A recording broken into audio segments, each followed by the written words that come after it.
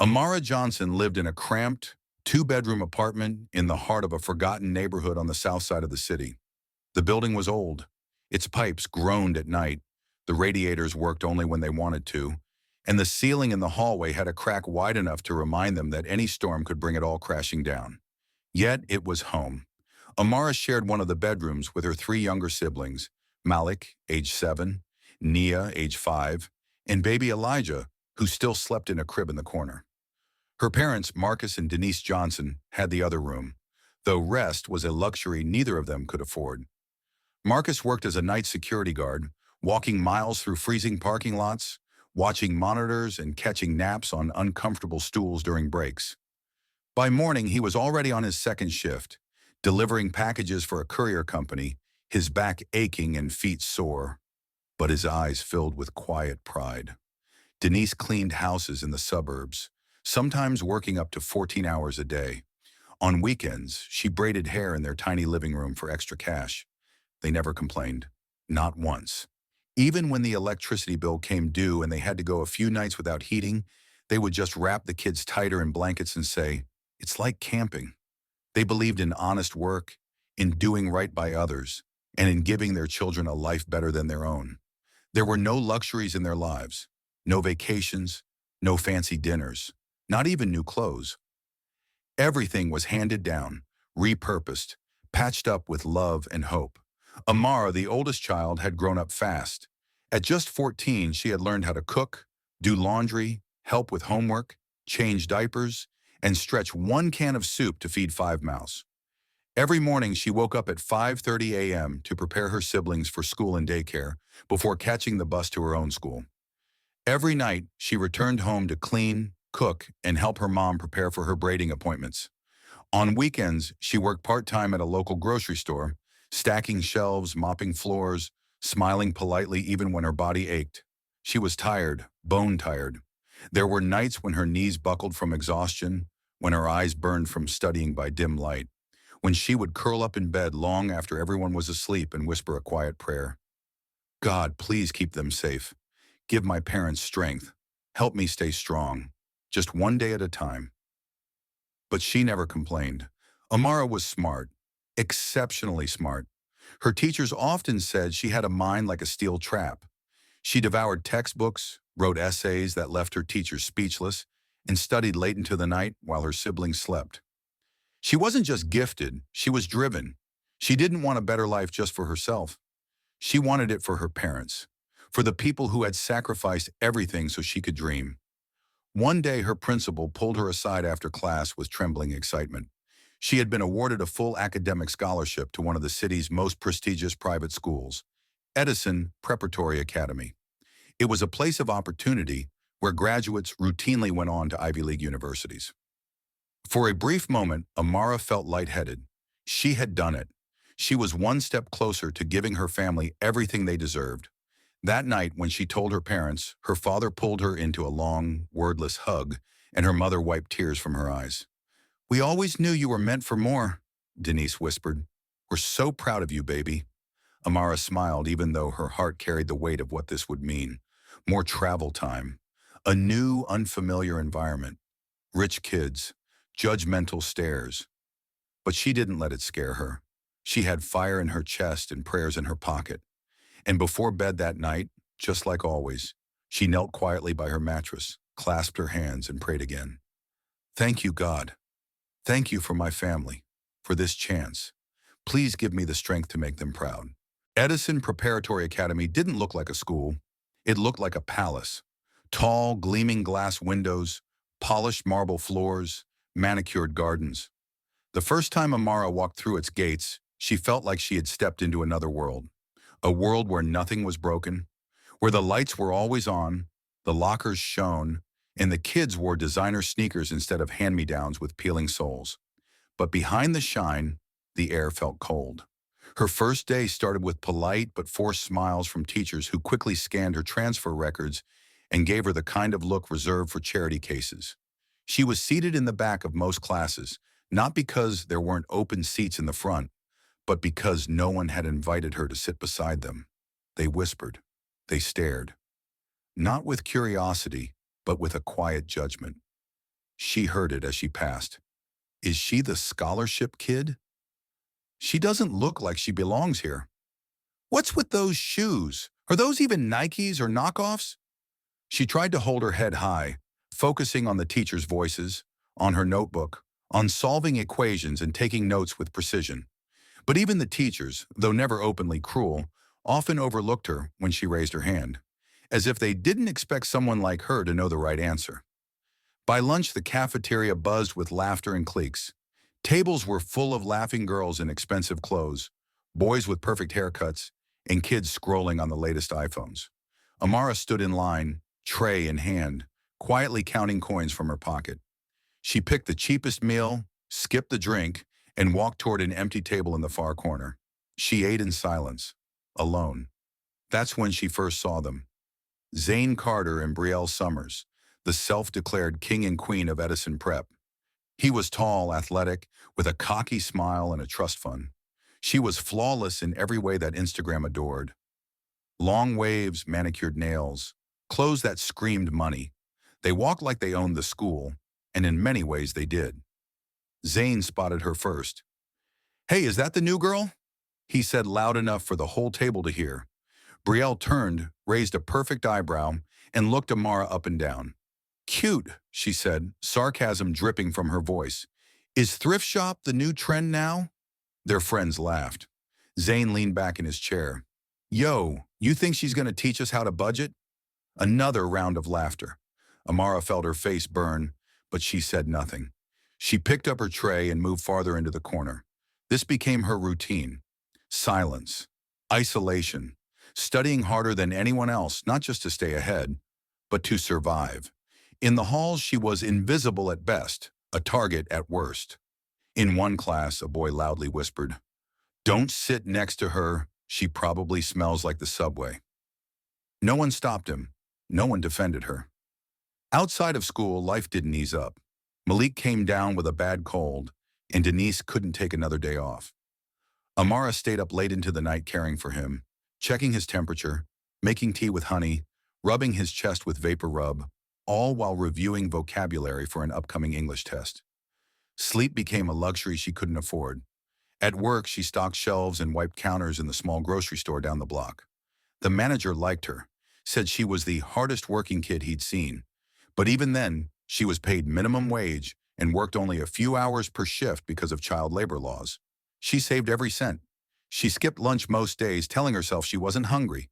The money she didn't spend at school went into a little envelope hidden in her closet. It wasn't for clothes, it wasn't for snacks. It was for something more important.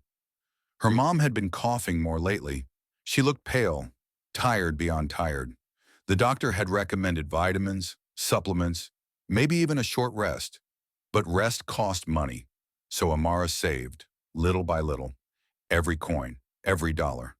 She wrote down everything in a notebook: goals, grocery needs, vitamin prices, her to-do list, homework deadlines.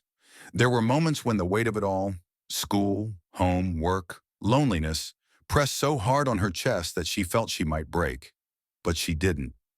Every night before bed, she knelt beside her mattress, even if it was just for a minute, and prayed, "Let me be strong for them.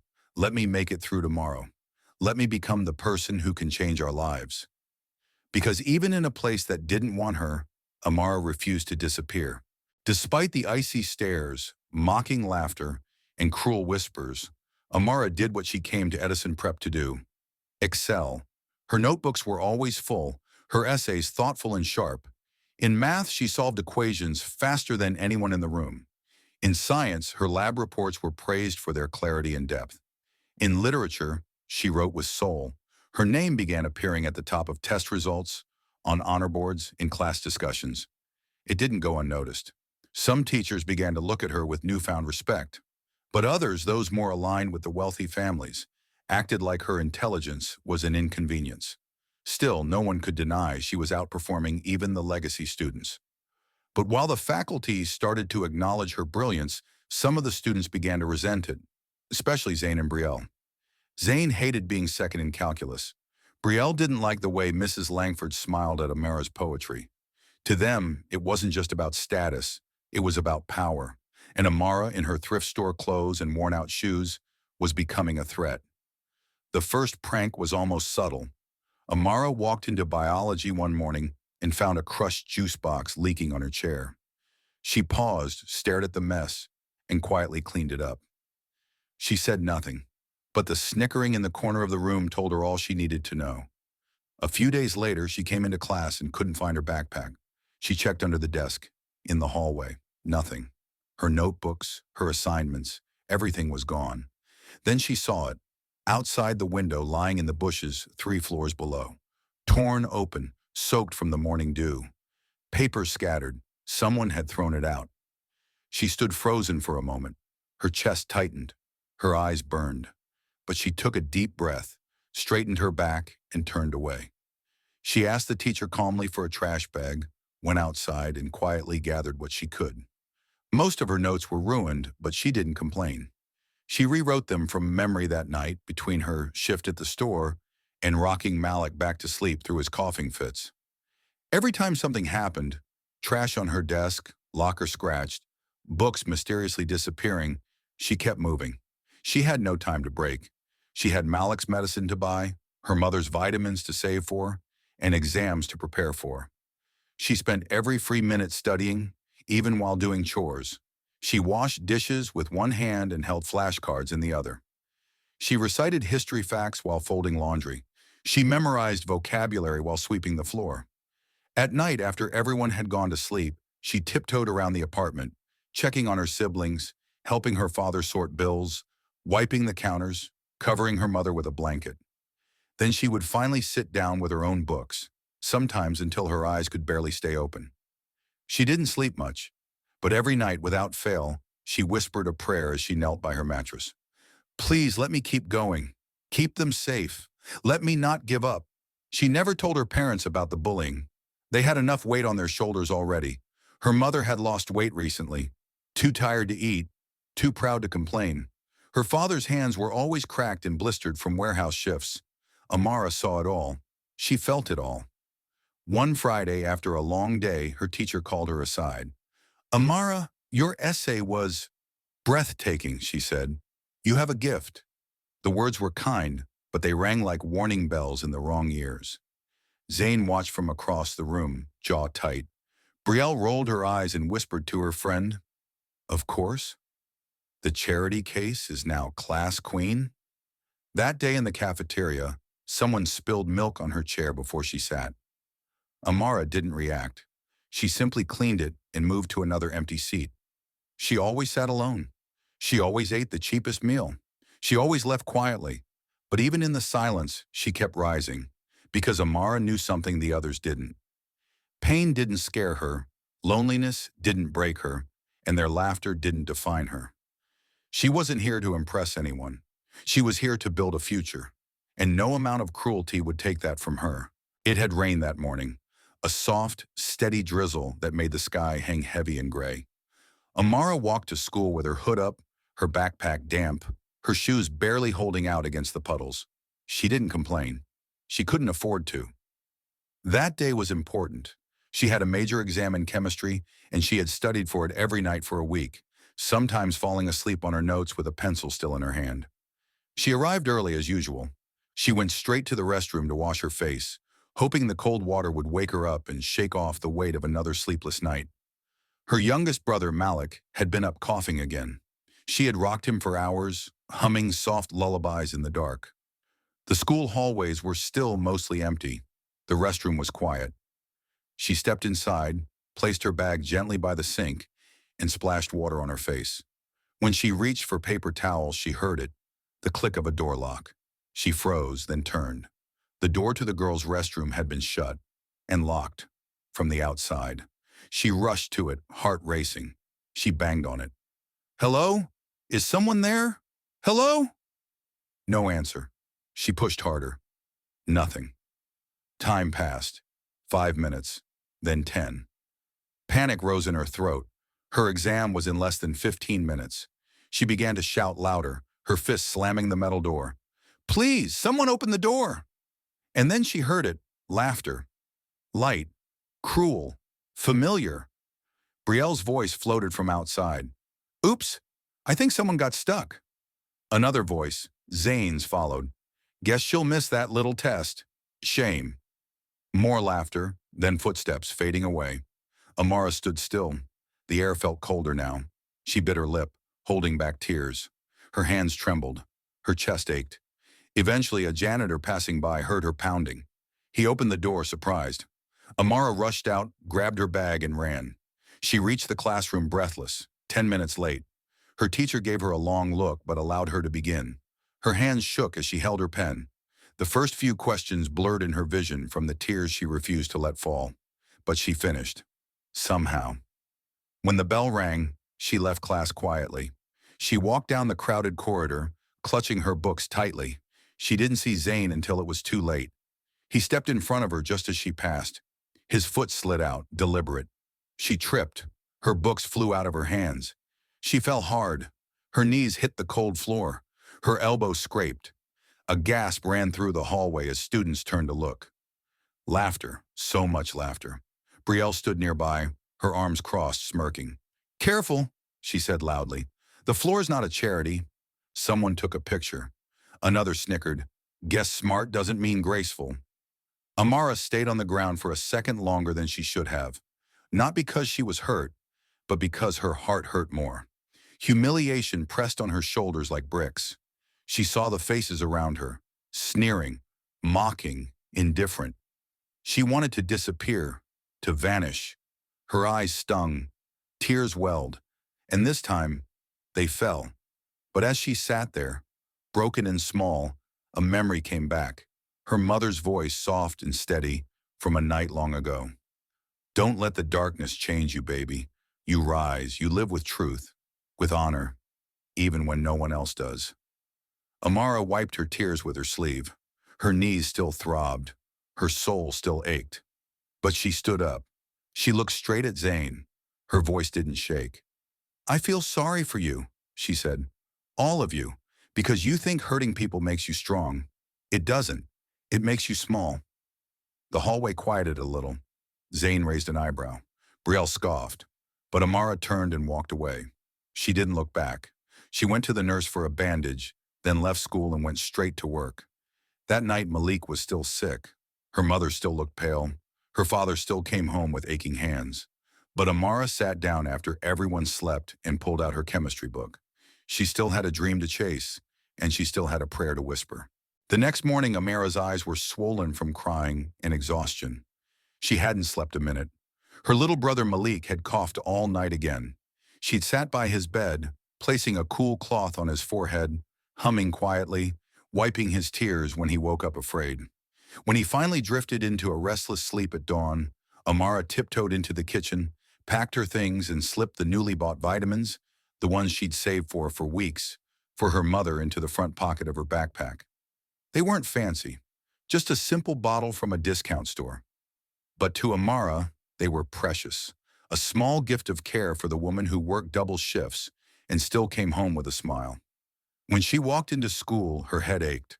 Her body was heavy. Her soul felt thin, but she kept walking forward. Then it happened. Brielle stood near Amara's locker, waiting. A crowd had already formed. Whispers, grins, cameras out. Before Amara could say a word, Brielle stepped forward with a cup in her hand. Orange juice. Cold, sticky, sweet. Without a warning, she poured it slowly over Amara's hair. The hallway erupted in laughter. Brielle smirked. Oops, she said, her voice dripping with mock apology. That's my way of saying sorry for yesterday. Amara stood still. Juice ran down her neck. Her soaked hoodie clung to her shoulders. She was humiliated, again, and so tired. She looked at Brielle, eyes red, voice hoarse from the night before. Just leave me alone. Brielle tilted her head, amused. You know, I actually think you like the attention. Amara turned away. She tried to walk. She didn't want to cry again. Not here. Not today. But Brielle wasn't done. She grabbed Amara's backpack, unzipped it, and dug inside. Her fingers wrapped around the small plastic bottle. These? She said mockingly, holding up the vitamins. What's this? Medicine for poor people? She laughed, So did the crowd. Then she threw the bottle into the trash nearby, deliberately. The hallway went quiet for a second. Even the laughter paused. Amara's breath caught. Her fists clenched. Her chest burned. She didn't yell. She didn't scream. She walked quietly to the trash bin, reached inside with shaking hands and pulled the bottle out. Her fingers trembled, but she held the bottle close. Brielle rolled her eyes. "You're seriously digging through the garbage? Wow, even for you, that's—" She didn't finish, because in that moment, she stuck out her leg again. Another trip. Amara fell hard, hitting the cold floor. Again. Laughter. But this time something broke. Not inside Amara, around her. The silence between humiliation and anger shattered. She stood up. Her hair dripped. Her hands were cut. Her body ached. And she walked straight toward Brielle. Before anyone could stop her, Amara slapped her across the face. A sharp, echoing sound. The hallway went completely still. Even Brielle froze. Her cheek flushed red. Her eyes wide. Amara's voice cracked, but it was full of fury. "What is wrong with you?" she shouted. "Why are you doing this to me? What did I ever do to you?" No one laughed. Everyone just watched. Brielle opened her mouth to answer, but before she could, a teacher stepped into the hall. Her voice was stern. "In my office, both of you, now." A ripple of tension moved through the students. The teacher didn't yell. She didn't ask questions. She just pointed down the hall. Amara and Brielle walked in silence, and soon after the phone calls began. The parents were being summoned. The silence in the principal's office was heavy, like a storm about to break. Amara sat stiffly in one of the hard wooden chairs, her clothes still damp, her eyes swollen. The slap she'd given Brielle still lingered in the air like thunder. Across from her, Brielle slouched with her arms crossed and a smug look on her face, chewing gum like she hadn't just humiliated someone in front of the whole school. Then the door opened. First to arrive was Brielle's mother, Claudia Desmond. She swept in like she owned the room. Designer heels clicked against the tile. Her tailored coat screamed wealth. Her lips curled in disdain the moment she laid eyes on Amara. "I assume this is the troublemaker," she said flatly, not even looking at Amara. She sat down next to her daughter without a word of greeting. A moment later, the office door creaked again, and in stepped Amara's mother. She wore her faded work uniform, still covered in faint flour from the early shift at the bakery and dust from the evening job cleaning offices. Her hair was tied back with a worn scarf. Her hands were rough, tired, but her eyes searched for Amara first. And when she saw her daughter wet-haired, pale and shaking, her whole body stiffened. The principal, Mr. Langford, cleared his throat. "We had a very serious altercation today. There was a physical confrontation between two students. One of them initiated violence." "She slapped my daughter," Claudia cut in, not even letting him finish. "This is unacceptable. I won't have her in the same school as Brielle. Not when we work so hard to maintain standards." She turned to Amara's mother now, eyes cold. "I understand that families from certain backgrounds may not understand boundaries, but physical assault is not something we overlook here." Mr. Langford gave a weak nod. "Given the incident and Mrs. Desmond's position on the school committee, we are considering—" Amara's mother dropped to her knees. The room went silent. "Please," she whispered, "please don't take this away from her. My daughter, she wakes up before dawn. She studies, she works, she takes care of her siblings. She's never been in trouble before. She just wants a future. I'm begging you, don't take that away." Tears streamed down her face as she bowed her head low. She didn't deserve this. Claudia Desmond scoffed and gave a bitter laugh. "This is exactly the kind of drama I warned the board about. This behavior, this pleading, is unprofessional. It's embarrassing." Amara couldn't take it. Her fists clenched at her sides. She stood, walked to her mother, and I gently took her by the arms, lifting her to her feet. Her voice shook, but it was filled with strength. "Mama, no, don't do this. They're not worth your tears." She turned to the principal and Claudia, fire in her eyes. You want me gone? Fine, I'll leave. But don't you dare look at my mother like she's less than you. She's worth 1,000 of you, and I'm proud to be her daughter. Claudia blinked, stunned. Amara helped her mother gather her things. There were no more pleas, no more tears, only quiet dignity. As they walked out of the office, the other staff members in the hallway watched in silence. Some averted their gaze. Others looked down, ashamed. But Amara held her head high. She didn't know what came next, but she knew one thing for sure. She still had her mother. She still had her purpose, and no amount of cruelty could take that away. Amara walked through the faded gates of her old public school, her backpack, now patched up again, slung over her shoulder. The building was older, the classrooms smaller, and the supplies limited, but she didn't feel ashamed to be back. Not anymore. Here, no one whispered behind her back. No one laughed at her shoes. She was just Amara again. And for the first time in weeks, that felt enough. She threw herself into her studies even harder. She helped teachers organize supplies, tutored younger students, and even started volunteering at the local library in the evenings. After school, she returned home to cook, clean, help her little siblings with homework, and sit beside her youngest brother, still recovering from the flu. Her parents still worked 3 jobs each. Her mom left before dawn and came back long after sunset, shoulders aching, but always greeting her children with a soft kiss on the forehead. Amara still took on weekend cleaning gigs, sometimes skipping lunch to save money, not for herself, but for the family. She had already secretly bought vitamins for her mom again, but what Amara didn't know was that someone had been watching, not to hurt her, but to help. A student at her former elite school, someone quiet, someone she'd never even spoken to, had seen everything. The laughter, the cruelty, the humiliation, and they'd written about it. A heartfelt anonymous post appeared online. It was titled, "The Strongest Girl in School." It told the story of a girl from a poor family who walked through fire just to learn. A girl who kept her head high while others tore her down. A girl who was more than her clothes, her backpack, or her bank account. The post went viral overnight. Soon, a group of educational activists, local journalists, and college counselors reached out. One day, Amara's principal pulled her aside with tears in his eyes and handed her a letter. She had been offered a full scholarship to one of the top universities in the state. Amara clutched the letter to her chest, barely breathing. That night at the kitchen table, her parents sat beside her. Her mother wiped her eyes, her father placed a hand on her shoulder. "You earned this," they said. And she had. Through every bruise, every insult, every tear she shed in silence, Amara had stayed true to herself. She had not lost her dignity. She had not sunk to their level. That night, after helping her little sister fall asleep, she knelt beside her own bed. The room was dim. The air smelled faintly of laundry and soap. And like always, she folded her hands and prayed, not for fame, not for revenge, but for strength.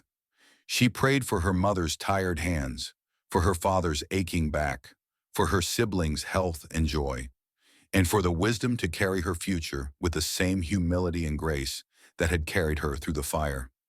She had been bruised, she had been broken down, but she had never been destroyed, because she was more than what the world said she was.